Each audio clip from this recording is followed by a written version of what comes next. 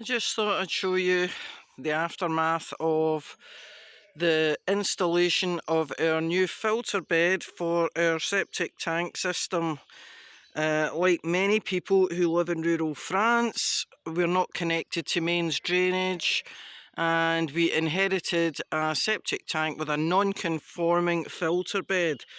So we have had a week and a half of contractors digging up and replacing the filter bed. Not quite as simple as we thought, because we had to change the original destination of the filter bed because of tree roots.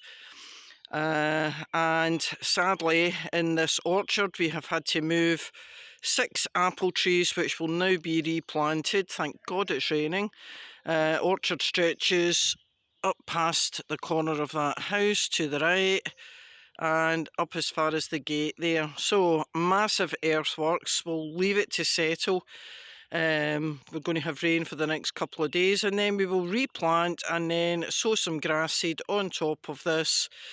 And the plus point is we get a certificate of confirmation for our new filter bed, which will mean that in future, if we come to sell the property, then we're legal to go.